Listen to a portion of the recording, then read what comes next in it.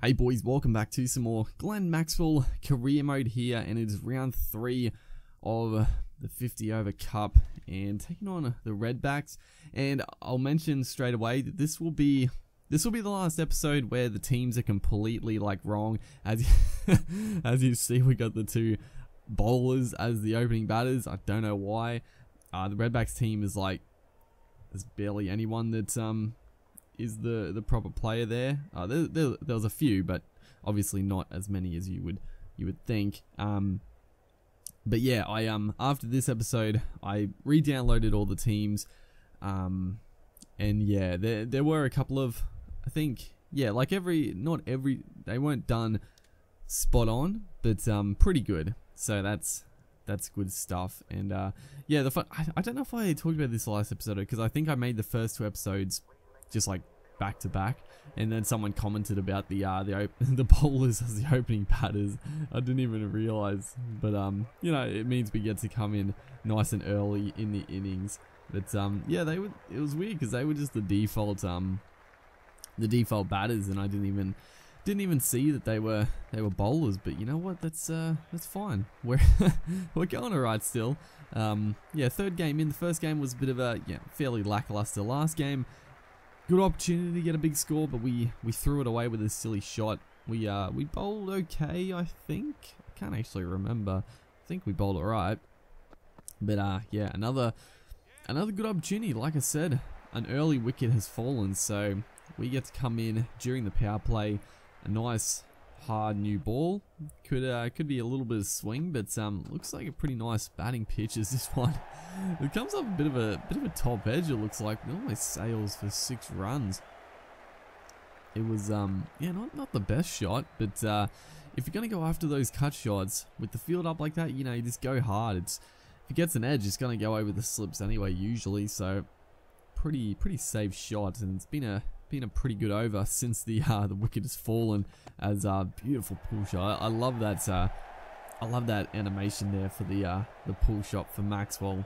Looks real nice. Just rolls with it, gets it past that man to square leg. As this time plays it through the cover region, and quick work by Maxwell. It's good to actually play with a batter who's actually quick. We can push those twos. As the reverse sweep doesn't take long to come out to the spinners here, but we have lost another wicket. Our openers have gone. So yeah, Aaron Finch, the probably the guy that should be opening, is now in with myself, Maxwell. So yeah, pretty good chance to build a nice partnership as we go. We try to go again there. It was probably, you know, same ball. Probably could have done the same thing, but didn't quite time at that time.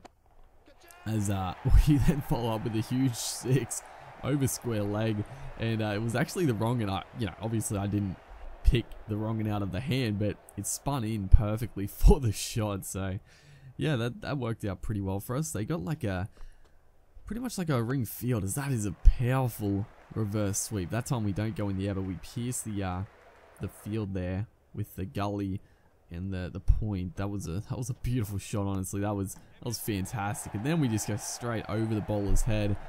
But unfortunately we have lost another wicket. Now 3 for 49. Marcus Stoinis is the new man. So yeah, you know, the wickets are tumbling. We you know, obviously the batting depth is not great considering the team, so we got to be a little careful here. But we're on 33 with a good chance to get a big one here as well, as that is man, we have really taken to this spinner, Rushworth. He is just copping a hammering here. He just floated that one up in the slot. And like I was gonna say before, they have like a ring field, so trying to pierce the gap is gonna be a little tricky. So going over the top is probably the safer bet, in all honesty, with the field that they had. Is pace bowler here. That is a good shot. That is fantastic, piercing that gap, and that's a shot you could never do in previous games, hitting it between mid wicket, mid on. So I really like that. As we move to 43, Stoinis is 4.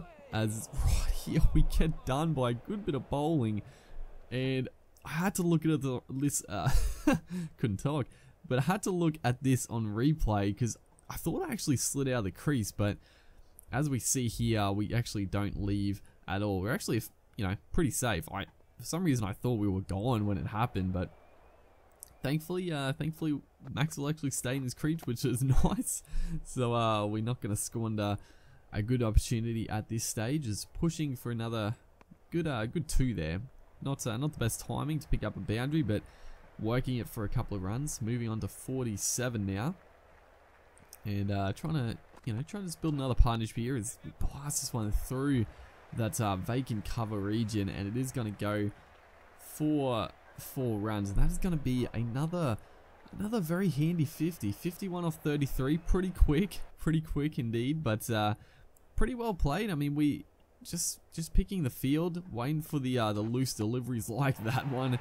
Again, just full and wide, and we just go for it. There's no point not going for those balls. They're just in the slot to be hit. No fielder back like it covered a point, so you know, just sort of hitting it through that offside. A fairly safe shot all in all, as this time overcompensates, bowls it on the pads, and that is just that's bread and butter right there. Again, the timing wasn't quite there, and it's only going to be 3 runs. Not quite to the boundary, but 63 now off 42, and we're gonna get stumped. Oh, I could not believe this, because if you watch this back, I'm actually already standing out of the crease. I don't know why. Like, when I was playing this, I was so confused, because like, I know sometimes when you play like a forward, you know, a front foot shot, you do slide out of the crease, but when he stumped me, I was like so far out, and I'm like, why was I standing out of the crease? I didn't even realize. So yeah, I'm probably what happened was, like, because I stand out of the crease a bit for the pace bowlers, so when the spinner came on to replace him, it probably just kept me being out of the crease, and I didn't even pick it up, and then he bowled it a little quicker. Terrible shot. We just completely missed it, and we were stumped. So frustrating, man. We were in with a good shot to get a big score. Really, back through the innings would have been nice, or at least, you know, a few more overs. Get the 100. But 63 again. We got a pretty decent. Actually, no, our score wasn't very good at all. In all honesty, we got like 250. So yeah, not the best. We're off to a decent start with the ball though, 2 for 48. Their run rate is decent, but couple of wickets down. They're actually going to like 6 and over here, as that is a fantastic ball, but what has Wade done?